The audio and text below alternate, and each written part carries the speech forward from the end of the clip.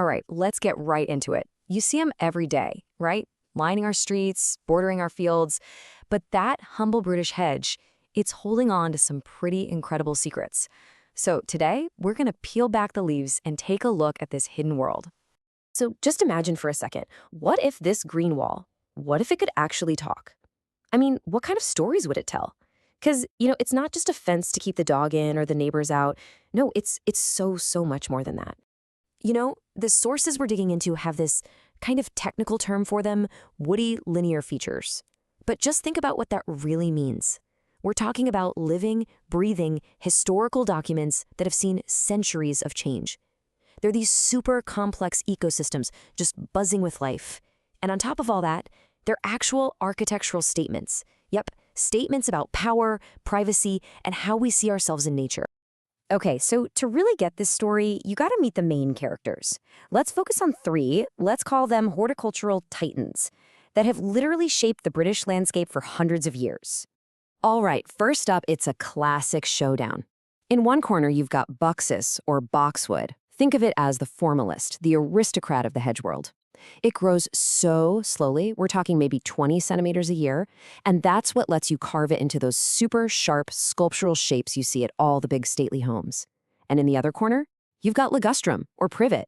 This one's the sprinter. It just explodes, growing up to 60 centimeters in just one season. It is, without a doubt, the champion of getting a privacy screen up like yesterday. Okay, let's bring in our third titan, Fagus, or Beech. Now, while Privet gives you that quick, lush green screen perfect for the suburbs, Beech does something, well, kind of magical. It's technically deciduous, meaning it loses its leaves. But, and this is the cool part, through this thing called marcescence, it holds onto its dead, coppery leaves all winter long. So you still get a screen and a windbreak, but with this totally different, beautiful seasonal vibe. And this is where you really see the trade-offs, the different personalities of these plants. Just take a look at this chart. It breaks it all down for us. Check out longevity. A boxwood hedge? It can live for over 500 years. A privet? More like 50. And look at the soil and shade tolerance. Each one is built for a totally different job, whether it's a shady courtyard or a blazing hot suburban street. So, you might be wondering, how did these plants get so tangled up in the nation's story? Well, let's jump into the history, because that's where things get really interesting. This timeline is amazing. It shows how hedges weren't just on the sidelines of history. They were right at the center of these huge social shifts. Back in 1494, you had the Tudors showing off their wealth with these crazy, intricate boxwood knot gardens. It was all about showing complete control over nature. Then, fast forward a century to 1607, and the hedges suddenly become a symbol of protest. People are literally tearing them down to fight against the privatization of common land. Then you get to 1745, and a beech hedge is planted as a living memorial to fallen soldiers. And by the 1920s, it's the speedy privet hedge that comes to define a whole new middle-class dream, the private, suburban outdoor room. And to really get your head around the scale of those Enclosure Acts, the ones that privatized all that common land, just look at this number. 200,000 miles. That's how much new hedgerow was planted. That is enough to wrap around the entire planet 8 times.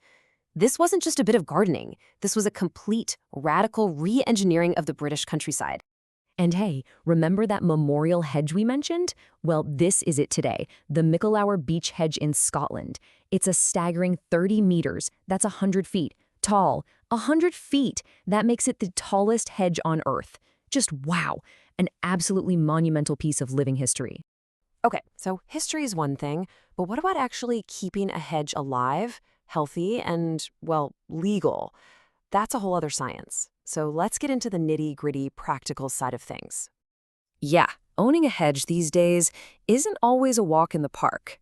Poor old boxwood is under constant attack from these devastating blights and caterpillars.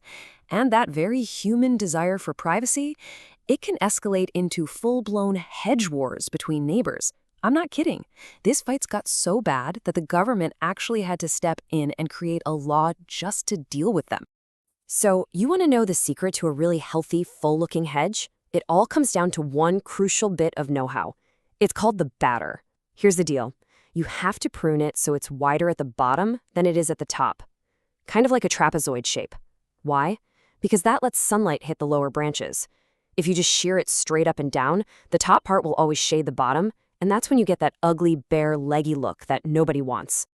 Okay, so what if your hedge has already gone wild and gotten totally out of control? Well, the good news is you can usually save it. But, and this is a big but, you have to know what kind of hedge you're dealing with. A super tough privet hedge, you can chop that thing almost down to the ground in February and it'll just bounce right back. Boxwood can also handle a hard prune, but you're going to have to be patient. It'll take a few seasons to look good again. But beech, be careful. It's way more sensitive. You need to spread out any major cuts over 2 years, otherwise you risk shocking it to death. And what about those hedge wars we talked about? Well, this is the actual law that deals with them.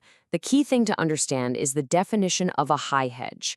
It has to be a line of 2 or more evergreen plants, and they have to be over 2 meters tall. So if your neighbor's hedge ticks all those boxes and it's casting your garden into darkness, you can actually make a formal complaint to your local council.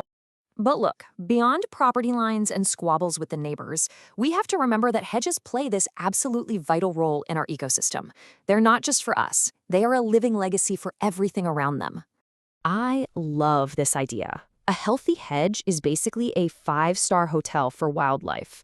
Seriously, it's a critical corridor that lets animals move safely across the landscape. It's a predator-proof nesting site for birds.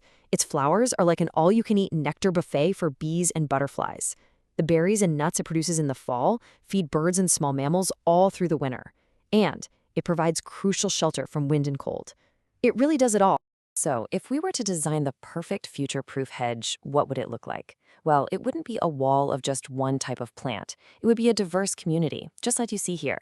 This is what's called a mixed native hedge, and its superpower is resilience.